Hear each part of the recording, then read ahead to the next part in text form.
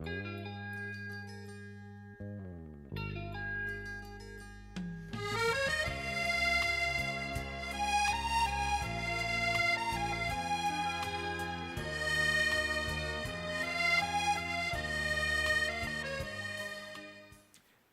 a tutti e ben ritrovati carissimi amici del Go.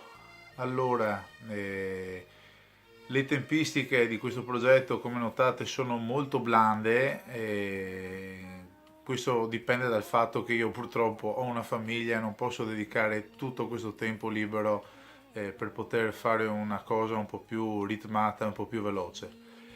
Però diciamo che questi ritmi tutto sommato fanno abbastanza scopa con la natura stessa del gioco del Go, nel senso che il gioco del Go è un gioco in cui si progredisce nel momento in cui si riescono a fare proprie delle esperienze. Tutto quello che ci stiamo dicendo e che ci siamo detti fino adesso è sicuramente, probabilmente un buon aiuto per partire con il piede giusto, però non dovete prendere tutte le cose che vi dico, i consigli che vi do, nel mio piccolo ovviamente, con l'idea di dire una volta che li ho ascoltati, una volta divento invincibile, perché bisogna sempre provarli sul Goban. Bene, in questa nuova puntata quindi procederemo con il nostro libro del maestro Kageyama, The Lessons of Fundamentals of Go. Mentre sto registrando questo video siamo alla soglia, a quasi un anno dall'introduzione del primo video, siamo alla soglia della cifra niente po' di meno che altissima di 100 iscritti, che per me è un grandissimo traguardo, considerato che questo canale l'ho aperto esclusivamente per cominciare così a divulgare un po' il Go, ma come ebbi modo di scrivere su qualche commento a qualcuno di voi che mi aveva scritto, l'idea originale era quella di crearmi degli appunti, dei video appunti che servissero più a me che agli altri, perché vi posso garantire, soprattutto nelle tematiche di base, eh, che è importante ogni tanto tornarci sopra per non dimenticare da che parte dobbiamo portare la nostra barca.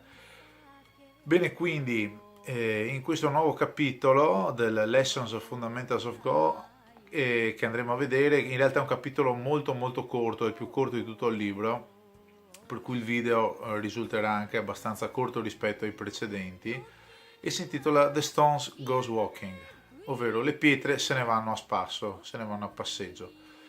Non vi anticipo altro, vi ringrazio ancora quindi per il seguito che mi state dando. Io vedo che ogni tanto, tutto sommato, una nuova persona si iscrive, molti vedo che apprezzano questo lavoro e il mio auspicio è quello che a un certo punto si possa creare anche una sorta di community che vada oltre alle 1000 community e 1000 club che ci sono in giro per l'Italia, che sono uno strumento validissimo, però una community dove magari scambiare anche qualche chiacchiera e creare anche delle botte e risposte con dei video per condividere e crescere tutti quanti insieme.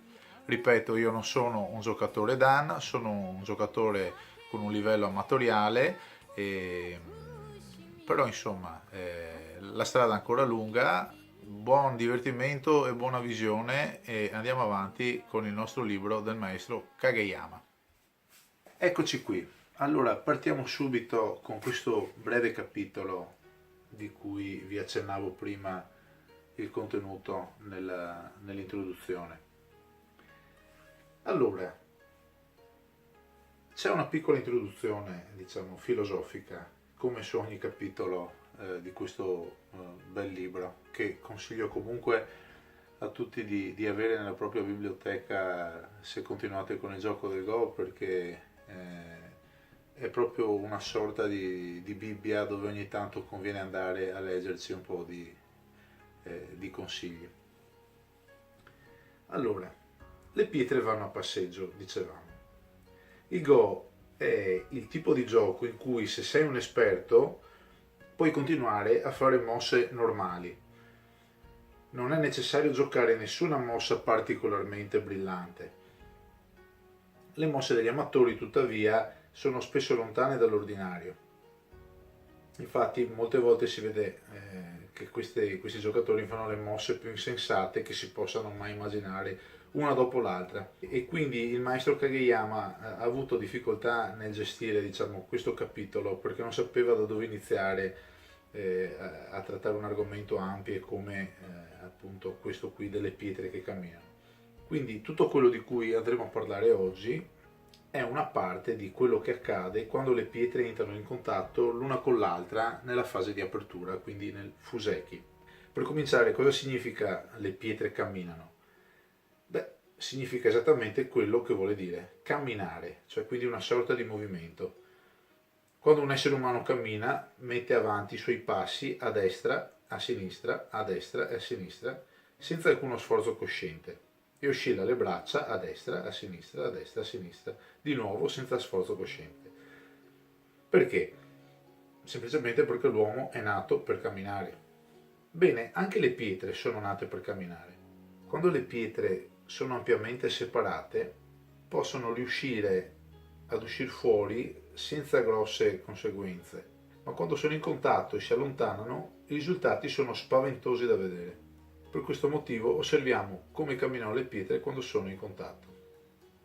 Nell'esempio qui riportato abbiamo un'apertura tipica di giocatori intorno al primo o secondo dan.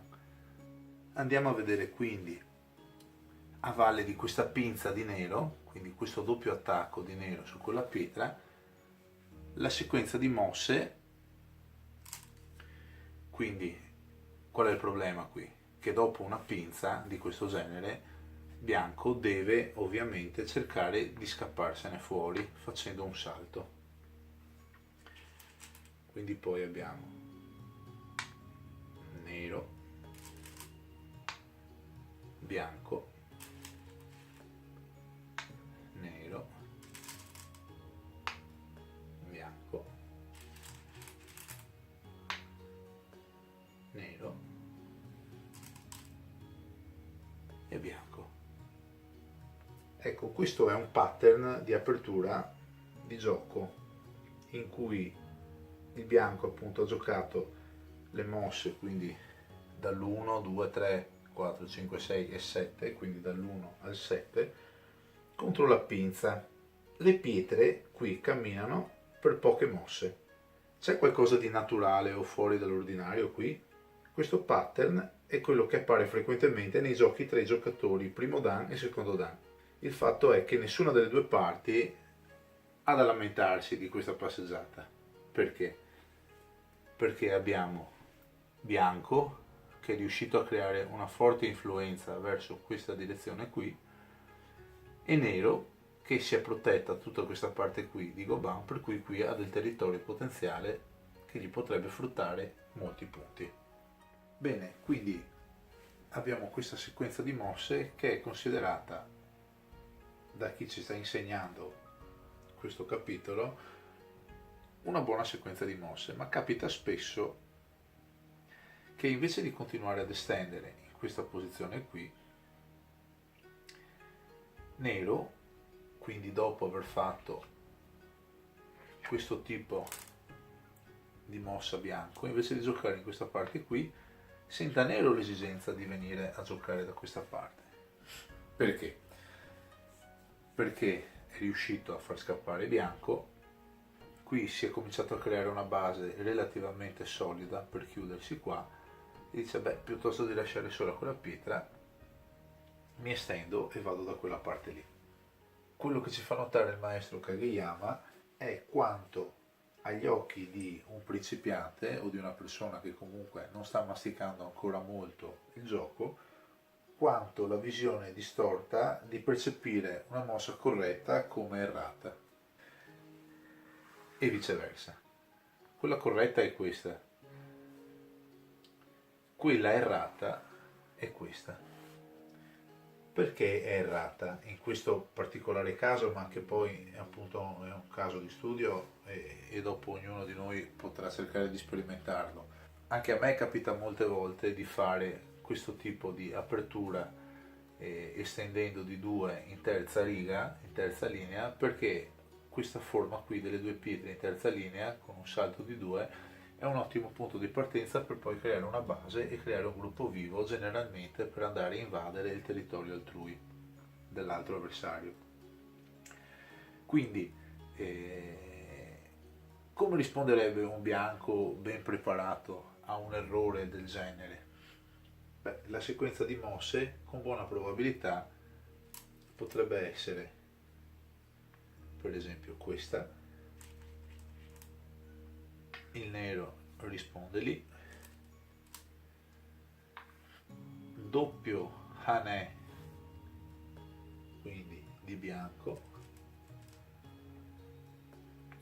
scusate, nero va qui,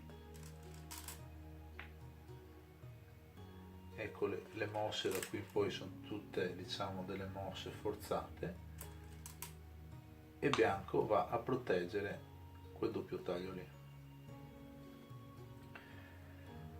per cui sacrifica virtualmente questa pietra perché c'è il famoso taglio in seconda linea che nero potrebbe comunque andarsi a prendere. Però riuscite a capire la differenza sostanziale e abissale, concentrandovi solo quindi su questo quadrante del Gobin tra nero e bianco? Riuscite da soli a capirlo? Guardate la forma piccola e tozza che c'ha nero, e che se anche chiusa, una volta chiusa, per esempio qui, e eccetera, guardate quanti pochi punti andrebbe a far nero.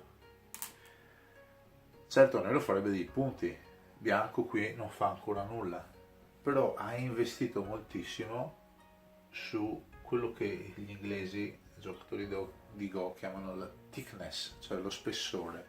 Guardate lo spessore di questa forma e di come sta schiacciando, perché c'è una prevalenza di bianco, sta schiacciando e dominando tutta questa parte del Gobin. Con un'influenza del genere che mi spinge verso il centro del Gobin, bianco è libero di fare quello che vuole in questa zona qui, perché in qualsiasi momento che nero dovesse venire a mettergli i bastoni tra le ruote, bianco, per esempio giocando qui, o meglio giocando qui, quindi ricordate il capitolo precedente del tenere divisi i gruppi, avrebbe fatto in modo che questa pietra sia divisa dalle sue sopra lì, e anche se nero dovesse scappare per esempio in questa direzione, bianco avrebbe la possibilità di tenerlo schiacciato in qualche modo verso il suo muro. Come si rende vantaggiosa questa posizione quindi di bianco? Si rende vantaggiosa nel momento in cui abbiamo il potere di fare in modo che nero debba fare sempre delle mosse in goté. Perché? Perché se anche nero fa delle mosse che possono sembrare sente, ovvero mosse dove noi siamo costretti a rispondere, come ad esempio, questo è un esempio che vi faccio, per esempio nero gioca lì e noi lo vogliamo tenere disteso, quindi lui ci minaccia e noi lo separiamo. Lui tenta di scappare via, è vero che lui ha come si dice, ha l'iniziativa, però fa tutte delle mosse che sono, diciamo, come se stesse annegando, perché noi abbiamo il potere di muoverlo, di conseguenza stiamo noi dominando in questa zona qui. Ecco l'importanza dell'influenza. Di conseguenza, se non siete ancora abbastanza esperti, è lo stesso Kageyama che ci dice: guardate questa forma che è quella dell'esempio originale, cercate di confrontare nero e bianco e mettetevi in testa che in una situazione del genere bianco è molto ma molto più in vantaggio di nero, nonostante non abbia ancora nessun punto, nemmeno nero ce l'ha, però potenzialmente qui i punti se li fa, ma se ne fa molto pochi rispetto a quello che bianco può fare. Chiedetevi sempre qual è la cosa migliore da fare. Ecco, una situazione del genere è: creiamo influenza, creiamo delle basi solide, certo, per cominciare a tenerci gli angoli e i lati, però queste cose che noi facciamo all'inizio nel Fuseki devono essere propedeutiche a sviluppare una forte influenza verso il centro del Gobin. Benissimo, allora vediamo quindi quest'altro esempio. Questa è una partita che appunto Kageyama fece con uno shodan, quindi con un primo dan, dando al primo dan 6 pietre di vantaggio. Era una partita di insegnamento, quindi comincia con un'invasione di bianco in questa posizione e la prima mossa che fa il nero, quindi la mossa numero 1 dopo l'invasione, è questa qui, che è una mossa sensatissima. La domanda che si è fatto quindi Kageyama a questo punto è stata: benissimo, questa pietra qui è solitaria ed è pinzata da queste due pietre di nero, per cui se io tentassi di fare un salto fuori, come ricordate l'esempio di prima in questa zona qui, in realtà una mossa del genere sarebbe sicuramente un invito per nero a saltare fuori a sua volta, magari in questa posizione. Cosa possiamo notare quindi qui? Nero qui nell'angolo è forte, ha ancora eventualmente la possibilità di dividere questi due gruppi di bianco combattendo in questa zona qui, però con questa uscita comincia ad avere influenza qui e quella pietra è da sola. Ecco, tutto questo ragionamento Kageyama lo ha fatto e allora cosa decide di fare? Di prendere di sorpresa il suo avversario giocando la pietra lì. Mossa numero 2. Ecco che qui quindi nero fa quello che a detta del maestro è stato un grandissimo errore, perché ha violato l'importante regola che le pietre devono camminare.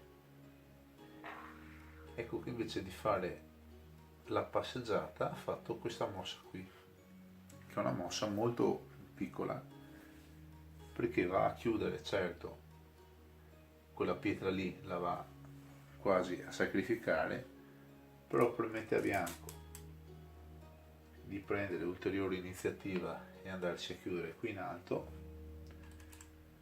Naturalmente la risposta è quella lì per andare a chiudere e a consolidare, e allora qui bianco adesso si fa un bel salto, un bel keima partendo da lì, e nero chiude lì. Cosa abbiamo ottenuto in questa posizione rispetto a prima? Che bianco ha accettato di sacrificare la sua pietra per trarre, per così dire, in inganno nero, perché con questa mossa qui lui stava comunque minacciando di andarsi a recuperare la pietra in qualche modo, e nero piuttosto è andato a chiudersi. Però bianco così ha ottenuto un grossissimo vantaggio, ovvero quello di schiacciare nero, che si farà sicuramente i suoi punti ma molto pochi, e ha controbilanciato il potere di nero in questa posizione, per cui qui abbiamo due influenze, due forze che si stanno quasi pareggiando e che andranno a controbilanciare in questa parte qui del Goban. Ma vediamo quest'altro esempio che consiste quindi nel ripartire da questa mossa. Quindi abbiamo l'invasione di nero dopo la mossa di bianco in questa posizione. Bianco, abbiamo detto, risponde in quel punto lì, e qui Kageyama ci dice appunto che senza se e senza ma nero deve assolutamente fare questa mossa, deve premere fuori in quella posizione lì. Bianco qui allora dovrebbe fare un hanè in questa posizione. Quale sarebbe quindi la prossima mossa di nero? Se nero decidesse di fare un ulteriore hanè a bianco in questa posizione, di fatto farebbe una mossa che sarebbe un gran fallimento, perché qualsiasi professionista sarebbe d'accordo nel dire che una risposta a questa mossa qui dovrebbe essere sicuramente questa, costringendo di fatto nero a creare una forma pessima, che è questa qui, ed inefficiente poco forte.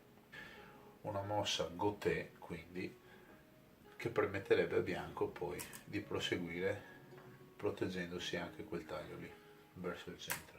Perché succede questo?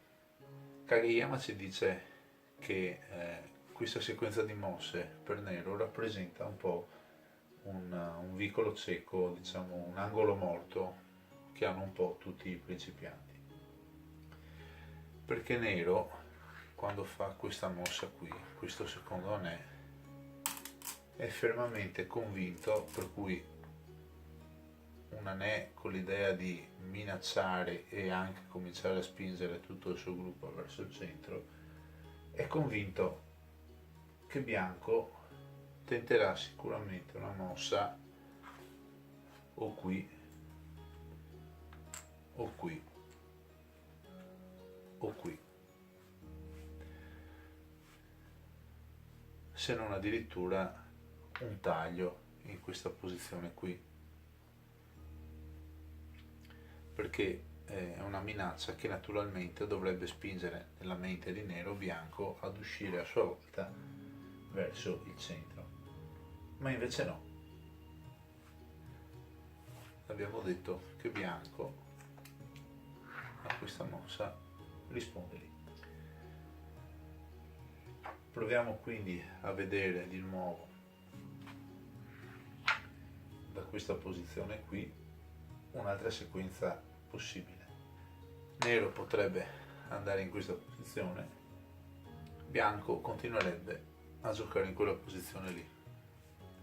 Nero a questo punto sarebbe costretto, sarebbe forzato a chiudere qui per preservarsi perlomeno tutti i punti che ha in quella direzione lì. Vediamo un'altra possibile sequenza. Se nero andasse in questa posizione, qui sì, bianco sarebbe costretto ad allungare e nero adesso potrebbe fare questa mossa qui. Ecco, in questo caso qui la sequenza di nero è corretta.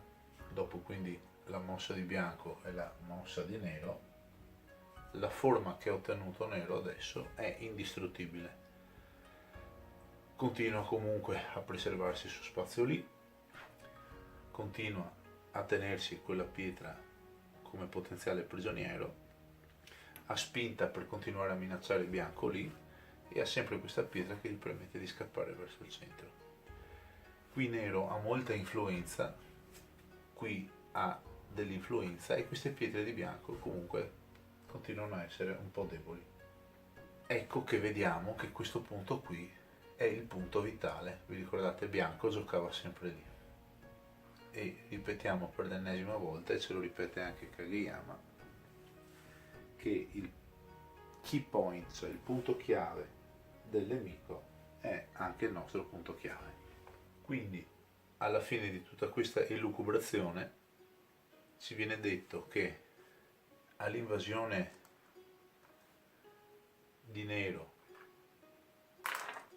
in quel punto lì la sequenza dovrebbe essere precisamente bianco minaccia l'ingresso,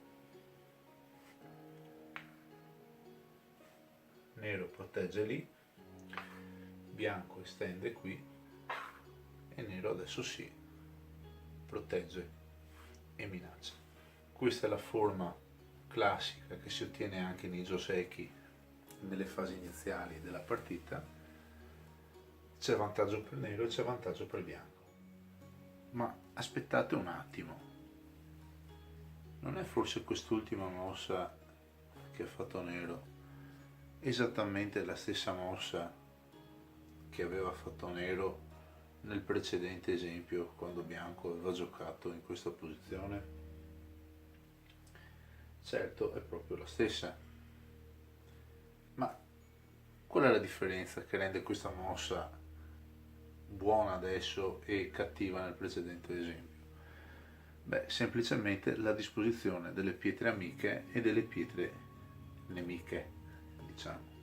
Nel precedente esempio questa piccola mossa aveva permesso a bianco di sviluppare tutto quel pattern, quindi quella forma di cui si parlava prima. Mentre adesso questa pietra qui è la naturale continuazione di tutta la sequenza che è stata giocata fino adesso. Per l'appunto, anche se è una mossa piccola, è una mossa naturale che viene fatta naturalmente. Questo è un concetto un po' astratto, però si rifà un po' a quello che si diceva all'inizio. Come l'uomo è abituato a camminare e fa un passo alla volta, anche le pietre si dovrebbero disporre nel Goban con una certa naturalezza, come se stessero camminando. Non c'è una regola precisa che dice quanto il passo deve essere lungo, però deve essere naturale. Non bisogna neanche farsi fuorviare dal concetto di camminare. Camminare nell'esempio che stiamo facendo in questa lezione non vuol dire muovo la pietra di 1, 2, 3 spazi come se stessi camminando. Il concetto di camminare ci vuole riportare proprio al concetto della naturalezza con cui le nostre pietre devono essere messe giù per creare forme ampie e che possono venire utili nelle parti successive della partita, visto che qui stiamo ancora parlando di esempi relativi al Fuseki. Probabilmente, quindi questa è la sequenza ideale che Kageyama ci spiega. La sequenza che abbiamo visto prima era la sequenza realmente giocata dal nostro giocatore primo Dan con le pietre di vantaggio e che è stata di fatto un errore. Probabilmente lui aveva anche studiato dei casi del genere, però l'ha giocata diciamo a memoria, se lui si è fatto traviare un pochettino da questa mossa qui di Kageyama e lui si ricordava probabilmente questa forma e ha deciso di giocare lì. Stiamo parlando dell'esempio precedente. Di conseguenza si è sviluppato quello che si è sviluppato. Allora questo ragionamento ci può lasciare con dei dubbi. Cosa sta succedendo? Cominceremo a chiederci. In realtà la risposta è sempre la stessa che ormai il maestro ci dice. Bisogna studiare i fondamentali. Questo ulteriore esempio che stiamo facendo in questa lezione è appunto chiarificatore rispetto a cosa si intende per fondamentali, la naturalezza con cui le pietre devono essere giocate nel Goban. Come dicevo prima, questo è un capitolo molto corto del libro, ma è molto corto perché il tema è molto molto ampio, è molto complesso. Di conseguenza poterlo sviluppare tutto in un capitolo di un libro potrebbe essere stata un'operazione molto molto impegnativa, se non quasi impossibile. Però trattandolo così un attimino con poche semplici parole può un attimo chiarirci l'idea su cosa si debba poi sviluppare la nostra tecnica man mano che diventeremo più bravi. Facciamo quindi adesso alcuni altri esempi prima di chiudere questo capitolo che sviluppano ancora un po' questo concetto. Ecco quindi un esempio molto molto semplice che dovrebbe essere facilmente intuibile anche da un giocatore poco esperto, da un principiante, per sottolineare ancora il concetto di naturalezza e di modo che hanno le pietre di muoversi nel Goban. La situazione è questa. Poniamo che lo scopo è proteggere questo angolo qui. Nero deve proteggere questo angolo qui. Di conseguenza, a una minaccia di bianco del genere, la risposta di nero, quindi la mossa naturale, il passo naturale che deve fare nero è quello. E a una mossa di bianco del genere, la risposta naturale di nero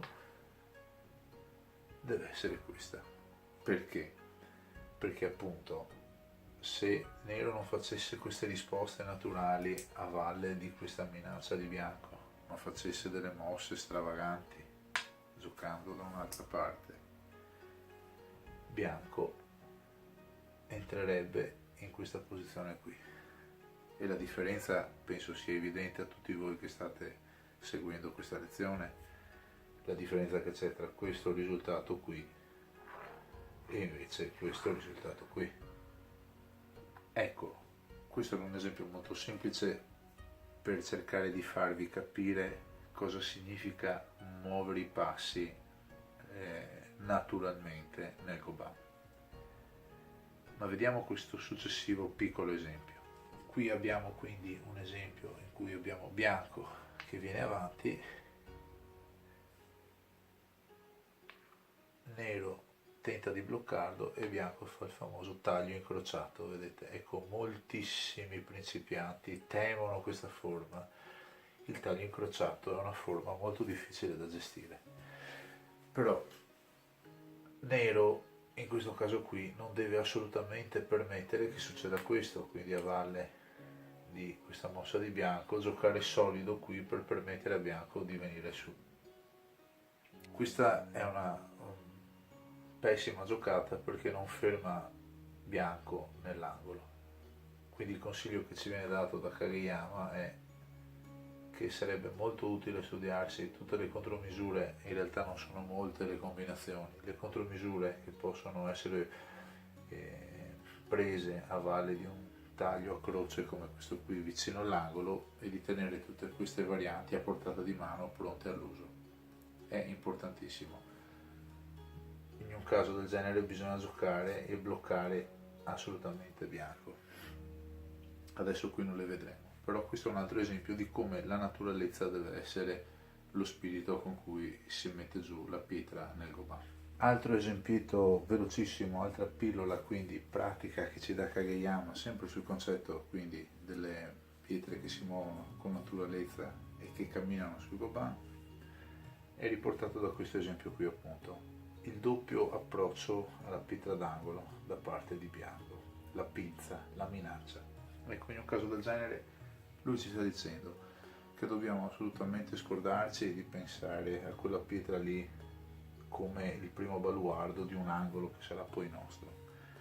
Noi, piuttosto che concentrarci sul chiudere l'angolo e permettendo quindi a bianco di formare una grandissima muraglia e una grandissima sfera di influenza verso il centro, dobbiamo giocare aggressivi con un taglio, per cui dobbiamo minacciare di tagliare queste due pietre uscendo subito verso il centro, quindi bianco qui probabilmente ci chiuderà per esempio in una posizione del genere e noi dobbiamo andare avanti qui per proseguire la nostra opera di divisione e quindi coronare quanto ci siamo detti nel precedente capitolo relativo ai tagli.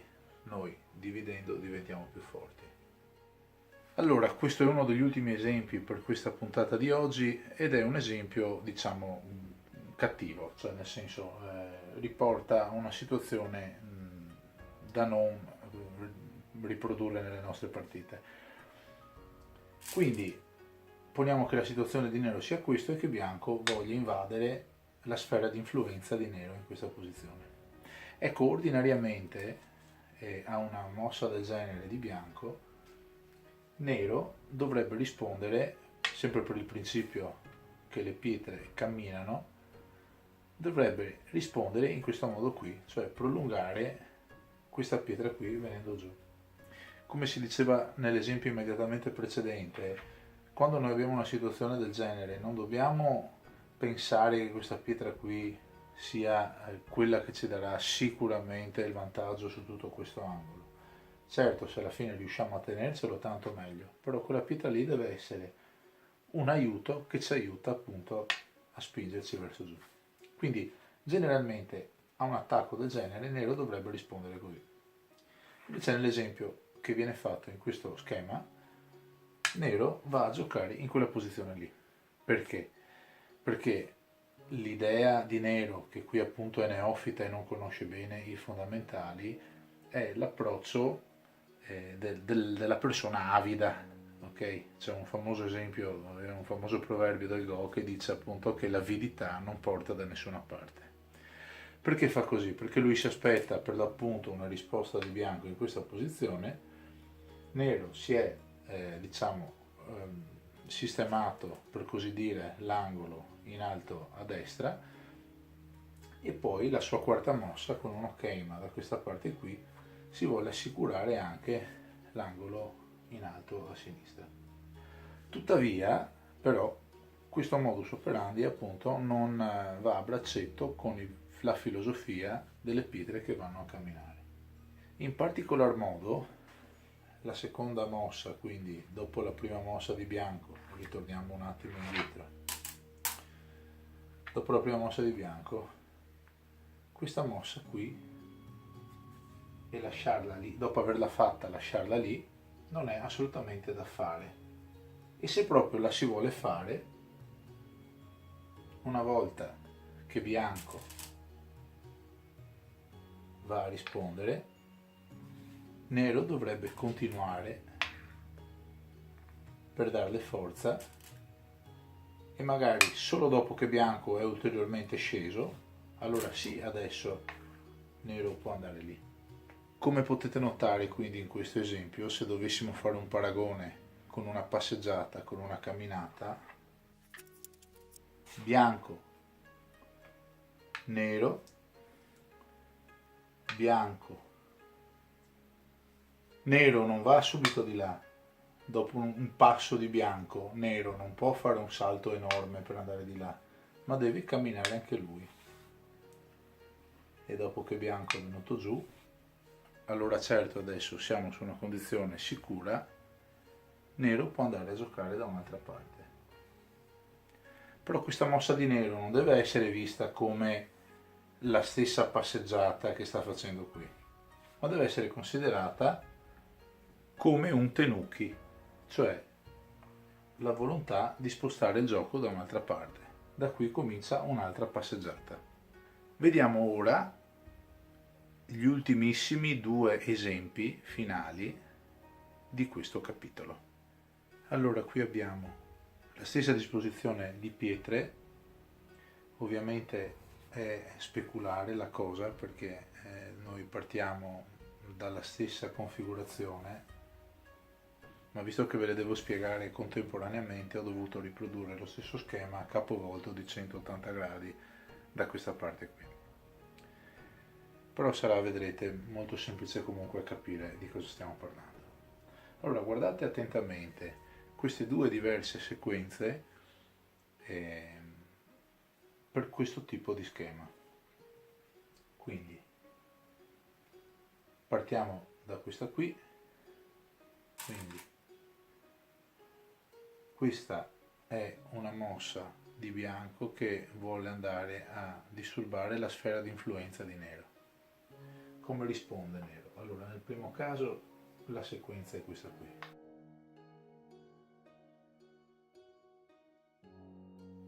Mentre una risposta diversa, sempre la stessa situazione qui sotto, in sequenza abbiamo quindi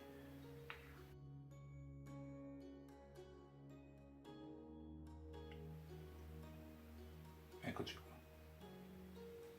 Secondo voi c'è qualche contestazione da fare relativamente al modo in cui le pietre di bianco e di nero hanno camminato in questo caso e in questo caso? Beh, questi due esempi che vediamo qui sono due joseki, così cominciamo anche un po' a inserire e ad introdurre il concetto di joseki. Qual è il monito che ci dà il maestro Kageyama però? Lui appunto ci fa una domanda trabocchetto, ci dice: avete qualche contestazione? Beh, non ci sono contestazioni da fare, perché questi sono due joseki anche abbastanza classici, per cui non c'è niente da contestare. Invece ci mette subito in guardia e ci dice: non prendete come oro colato i joseki solo perché sono appunto dei joseki. I joseki verranno trattati tra qualche capitolo un po' più avanti nel libro, però insomma sicuramente ne avrete già sentito parlare. Non c'è niente di assoluto in merito ai joseki. Prendiamo quindi ad esempio questo primo schema qui, quindi la prima sequenza di mosse. Quando bianco quindi entra nella sfera di influenza di nero, che sia in una partita da pari o che sia in una partita con dell'handicap, Gestire questa situazione con un Joseki, per quanto standard, è un approccio sbagliato.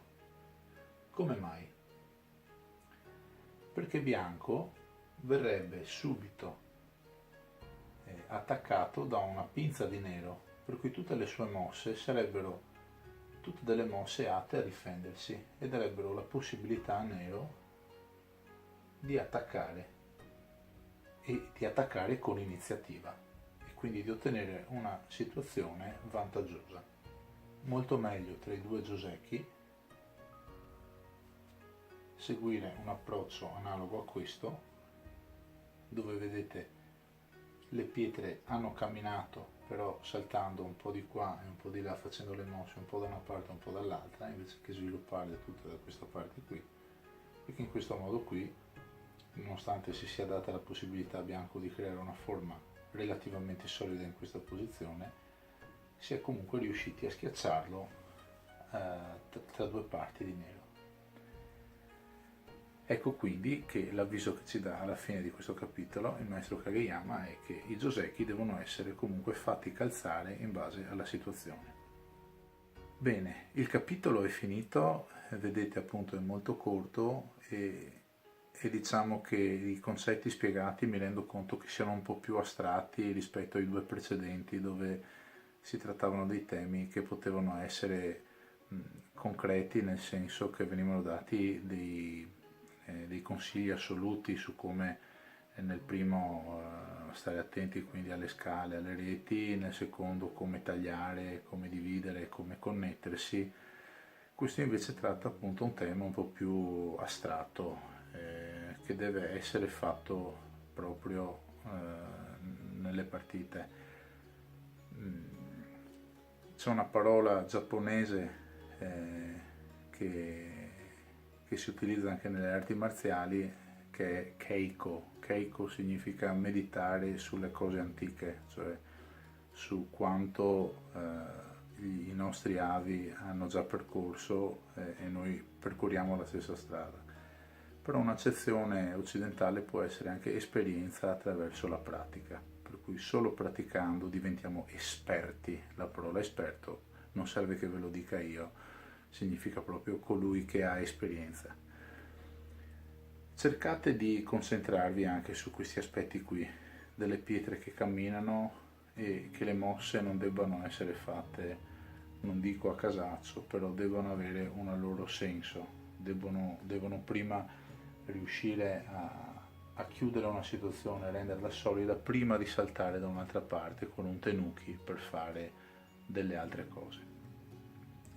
Non mi resta che salutarvi e spero di riuscire al più presto a fare anche il prossimo capitolo, che sarà invece un bel po' più lungo, per cui se non mi vedete per un po' non preoccupatevi. Come sapete io ho il tempo abbastanza misurato e quando riesco a ricavarmi del tempo sono molto lieto di andare avanti con questo progetto, anche perché mi state dando molta soddisfazione. Grazie ancora quindi, buon divertimento con il gioco del Go e alla prossima!